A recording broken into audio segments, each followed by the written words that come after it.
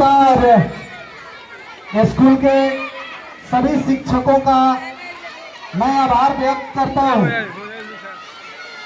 कहा गया है कि आज 15 अगस्त है और आज ही के दिन हमारा देश जो है आजाद हुआ था। ये आजादी हमें भीख में नहीं मिली है। इस आजादी को पाने के लिए हमारे पूर्वजों ने बहुत ही ज्यादा संघर्ष किया है। इस आजादी के उपलक्ष्य में आज हम लोग 78वां स्वतंत्रता दिवस मना रहे हैं। इस आजादी की लड़ाई में बहुत सारे लोगों ने, हमारे देश के वीर जवानों ने शहादत दिया और बहुत ही लड़ाई लड़ने के बाद इस आजादी को हम मना रहे हैं। इस आजादी के पर्व को आज हम लोग महसूस कर रहे हैं। 200 वर्षों तक हमारा ये देश अंग्रेजों का गुलाम रहा और इस 200 वर्षों में हमारे पूर्वजों के द्वारा नील की खेती करवाई जा रही थी। अगर वे लोग नील की खेती नहीं करते थे तो उन्हें कोड़े से मारा जाता था, पीटा जाता था, जिल्लत की जिंदगी जीने को मजबूर हो गए थे हमारे पूर्वज। लेकिन हमारे वीर जवानों ने, स्वतंत्रता सेनानियों ने देश की लड़ाई लड़ी और इस आजादी को हम लोग महसूस कर पा रहे हैं। ये आजादी आज हम लोग खुलकर कहीं पे बोल पा रहे हैं। ये आजादी का महत्व यही है कि हम लोग खुली हवा में सांस ले रहे हैं। कहीं भी जाना है तो किसी का परमिशन नहीं लेना पड़ता है। इस आजादी का यही महत्व है।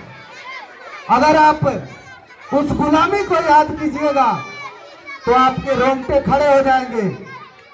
हमारे देश के जितने भी पूर्वज थे, स्वतंत्रता सेनानी थे, सभी ने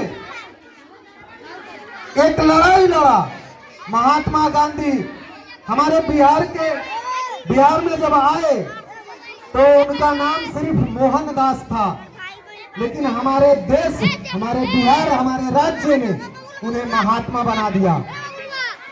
महात्मा गांधी यहाँ से आकर के सबसे पहला सत्याग्रह आंदोलन उन्होंने शुरू किया और उसके बाद में देश में जो है आंदोलन की लहर चली और उसके बाद देश में हमारे आजादी की मांग शुरू हुई और सभी लोगों ने देश की आजादी के लिए लड़ाई लड़ना शुरू किया।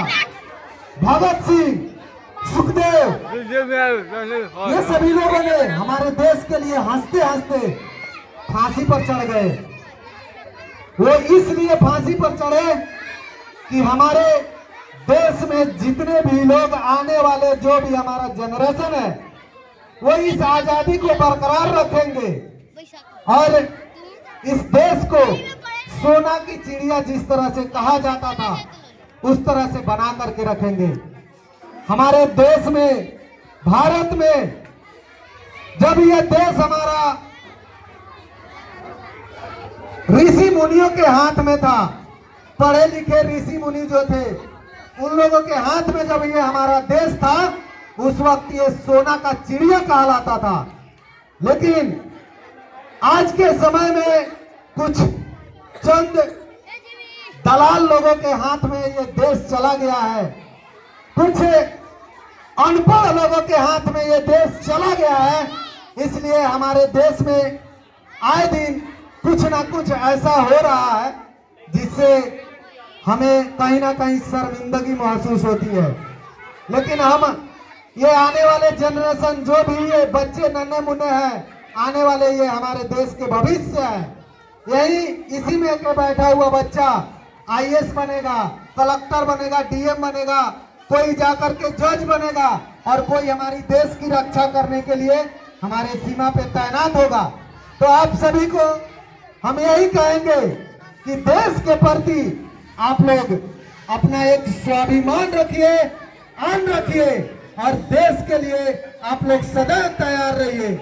बाकी आप लोगों को बच्चे जो भी तैयारी किए हुए हैं आप सभी को सुनने को देखने को मिलेगा। यहीं पे हम अपनी वाणी को विराम करते हैं। जय हिंद।